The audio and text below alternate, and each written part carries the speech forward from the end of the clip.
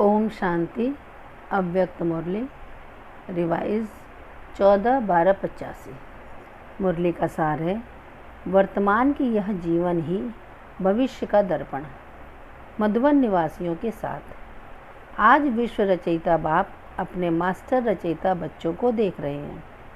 Master रचयिता अपने रचतापन की स्मृति में कहाँ तक स्थित रहते हैं।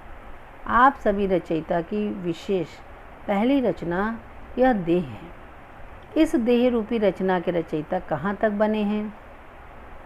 देह रूपी रचना कभी अपने तरफ रचयिता को आकर्षित कर रचनापन विस्मृत तो नहीं कर देती है। मालिक बन इस रचना को सेवा में लगाते रहते, जब चाहें जो चाहें मालिक बन कर सकते हैं। पहले पहले इस देह के मालिकपन का अभ्यासी प्रकृति का मालिक व विश्व का मालिक बना सकता है। अगर देह के मालिकपन में संपूर्ण सफलता नहीं तो विश्व के मालिकपन में भी संपन्न नहीं बन सकते हैं। वर्तमान समय की यह जीवन भविष्य का दर्पण है। इसी दर्पण द्वारा स्वयं का भविष्य स्पष्ट देख सकते हो। पहले इस देह के संबंध और संस्कार के अधिकारी बनने के आधार पर ही मालिकपन के संस्कार हैं। संबंध में न्यारा और प्यारापन आना यह निशानी है मालिकपन की। संस्कारों में निर्माण और निर्माण दोनों विशेषताएं मालिकपन की निशानी हैं। साथ साथ सर्व आत्माओं के संपर्क में आना, स्नेही बनना, दिलों के स्नेह की आशीर्वाद अर्थात शुभ भावना सर्व के अंदर से उस आत्मा के प्रति निकले, चाहे जाने चाहे न जाने। दूर का संबंध व संपर्क हो, लेकिन जो भी देखे वह स्नेह के कारण ऐसे ही अनुभव करें कि यह हमारा है। स्नेह की पहचान से अपनापन अनुभव करेगा। संबंध दूर का हो, लेकिन स्नेह संपन्न का अनुभव कराएगा। विश्व के मालिक व देह के मालिकपन की अभ्यासी आत्माओं की यह भी विशेषता अनुभव में आएगी। यह किसी के संकल्प में भी नहीं आ सकता कि यह लेने वाले हैं। उस आत्मा से सुख की, दातापन की व शांति, प्रेम, आनंद, खुशी, सहयोग, हिम्मत, उत्साह, उमंग, किसी न किसी विशेषता के दातापन की अनुभूति होगी। सदा विशाल बुद्धि और विशाल दिल, जिसको आप बड़ी दिल वाले कहते हो, ऐसी अनुभूति होगी। अब इन निशानियों से अपने आप को चेक करो कि क्या बनने वाले हो। दर्पण तो सभी के पास है। जितना स्वयं को स्वयं जान सकते उतना और नहीं जान सकते, तो स्वयं को जानो। अच्छा, आज तो मिलने आए हैं, फिर भी सभी आए हैं तो बाप दादा को भी सभी बच्चों का स्नेह के साथ रिगार्ड भी रखना होता है। इसलिए रूह रिहान की मधुबन वाले अपना अधिकार नहीं छोड़ते, फिर भी समीप बैठे हो। बहुत बातों से निश्चिंत बैठे हो। जो बाहर रहते उन्हों को फिर भी मेहनत करनी पड़ती है। कमाना और खाना यह कम मेहनत नहीं है। मधुबन में कमाने की चिंता तो नहीं है ना। बाप दादा जानते हैं, प्रवृत्ति में रहने वालों को सहन भी करना पड़ता, सामना भी करना पड़ता। हंस बगुलों के बीच में रह अपनी उन्नति करते आगे बढ़ रहे हैं।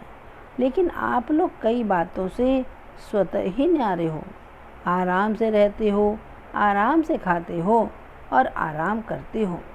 बाहर दफ्तर में जाने वाले दिन में आराम करते हैं क्या? यहाँ तो शरीर का भी आराम तो बुद्धि का भी आराम। तो मधुबन निवासियों की स्थिति सभी से नंबर 1 हो गई ना, क्योंकि एक ही काम है। स्टडी करो तो भी बाप करा रहा है, सेवा करते हो तो भी यज्ञ सेवा है। बेहद बाप का बेहद का घर है। एक ही बात, एक ही लात है, दूसरा कुछ है नहीं। मेरा सेंटर यह भी नहीं है, सिर्फ मेरी चार्ज यह नहीं होना चाहिए। मधुबन निवासियों को कई बातों में सहज पुरुषार्थ और सहज प्राप्ति है। अच्छा, सभी मधुबन वालों ने गोल्डन जुबली का भी प्रोग्राम बनाया है ना, फंक्शन का नहीं। उसके तो फोल्डर्स आदि छपे हैं। वह हुआ विश्व सेवा के प्रति। स्वयं के प्रति क्या प्लान बनाया है? स्वयं के स्टेज पर क्या पार्ट बजाएंगे? उस स्टेज के तो स्पीकर्स प्रोग्राम भी बना लेते हो, स्व की स्टेज का क्या प्रोग्राम बनाया है? चैरिटी बिगन्स एट होम तो मधुबन निवासी है ना। कोई भी फंक्शन होता है तो क्या करते हो? दीप जलाते हैं। तो गोल्डन जुबली का दीप कौन जगाएगा? हर बात आरंभ कौन करेगा? मधुबन निवासियों में हिम्मत है, उमंग भी है, वायुमंडल भी है, सब मदद है। जहाँ सर्व का सहयोग है वहाँ सब सहज है। सिर्फ एक बात करनी पड़ेगी, वह कौन सी? बाप दादा सभी बच्चों में यही श्रेष्ठ आश रखते हैं कि हर एक बाप समान बने। संतुष्ट रहना और संतुष्ट करना यही विशेषता है। पहली मुख्य बात है स्वयं से, अर्थात अपने पुरुषार्थ से, अपने स्वभाव संस्कार से। बाप को सामने रखते हुए संतुष्ट हैं यह चेक करना है। हमें संतुष्ट हूँ यथाशक्ति वाला वह अलग बात है, लेकिन वास्तविक स्वरूप के हिसाब से स्वयं से संतुष्ट होना और फिर दूसरों को संतुष्ट करना, यह संतुष्टता ही महानता है। दूसरे भी महसूस करें कि यह यथार्थ रूप में संतुष्ट आत्मा है। संतुष्टता में सब कुछ आ जाता है, न डिस्टर्ब हो न डिस्टर्ब करें, इसको कहते हैं संतुष्टता। डिस्टर्ब करने वाले बहुत होंगे, लेकिन स्वयं डिस्टर्ब ना हो। आग की सेक से स्वयं को स्वयं किनारा कर सेफ रहें। दूसरे को नहीं देखें, अपने को देखें। मुझे क्या करना है? मुझे निमित्त बन औरों को शुभ भावना और शुभ कामना का सहयोग देना है। यह है विशेष धारणा, इसमें सब कुछ आ जाएगा। इसकी तो गोल्डन जुबली मना सकते हो ना। निमित्त मधुबन वालों के लिए कहते हैं, लेकिन है सभी के प्रति। मोह जीत की कहानी सुनी है ना, ऐसी संतुष्टता की कहानी बनाओ।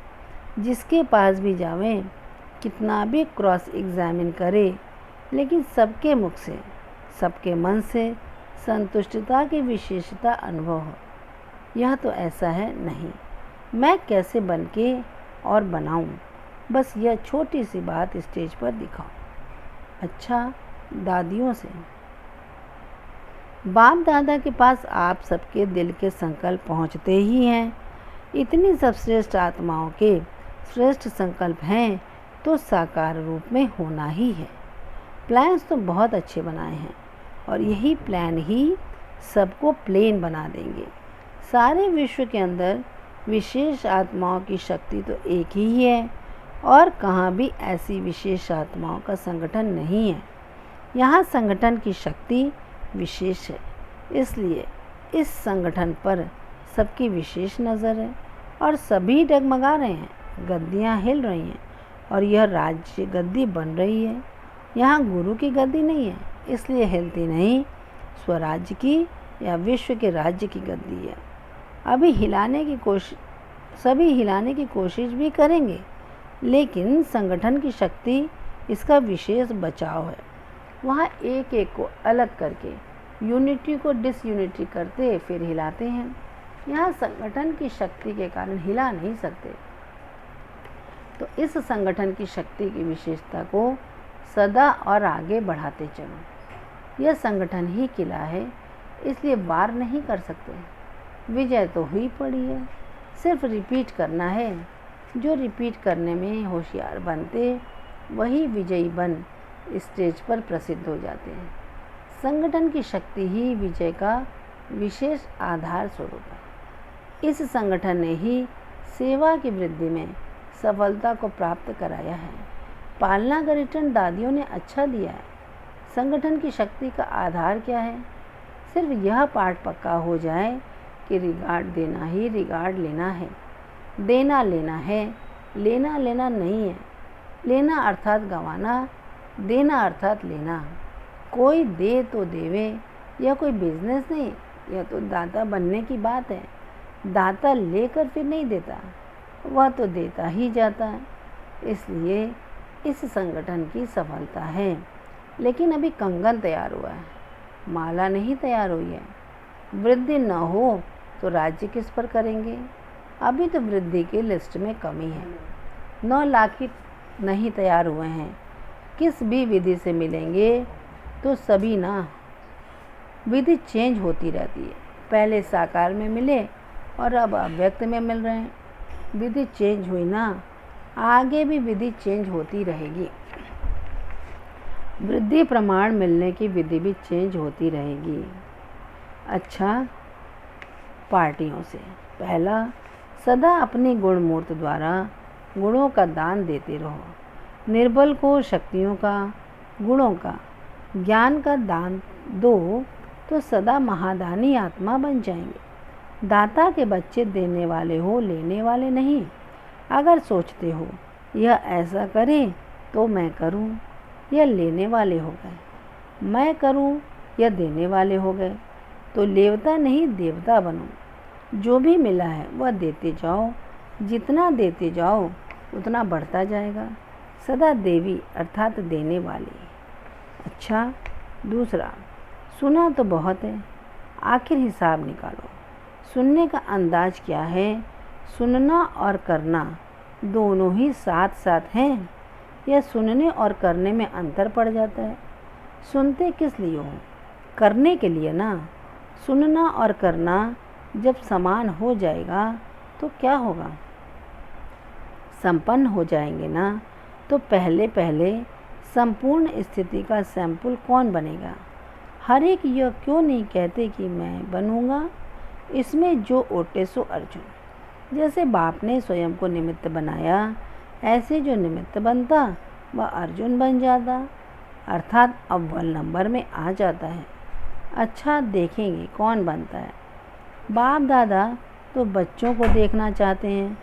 वर्ष बीतते जाते हैं, जैसे वर्ष बीतते ऐसे जो भी पुरानी चाल है वह बीत जाए और नया उमंग, नया संकल्प सदा रहे, तो यही संपूर्णता की निशानी है। अभी पुराना सब खत्म हुआ, अभी सब नया हो। प्रश्न, बाप के समीप आने का आधार क्या है? उत्तर, विशेषताएं। कोई न कोई विशेषता ने ही बाप के समीप लाया है। यह विशेषताएं सेवा के द्वारा ही वृद्धि को प्राप्त होती हैं। जो विशेषताएं बाप ने भरी हैं उन सब को सेवा में लगाओ। विशेषता को साकार में लाने से सेवा की सब्जेक्ट में भी मार्क्स मिल जाती है। अपने अनुभव दूसरों को सुनाओ तो उनका भी उमंग उत्साह बढ़ेगा। प्रश्न, रूहानियत में कमी आने का कारण क्या है? उत्तर, स्वयं को व जिनकी सेवा करते हो उन्हें अमानत नहीं समझते। अमानत समझने से अनासक्त रहेंगे और अनासक्त बनने से ही रूहानियत आएगी।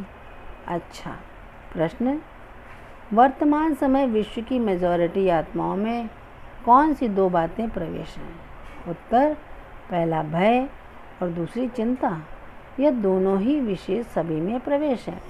लेकिन जितने ही वह फिक्र में है, चिंता में है, उतने ही आप शुभ चिंतक हो। चिंता बदल शुभ चिंतक के भावना स्वरूप बन गए हो।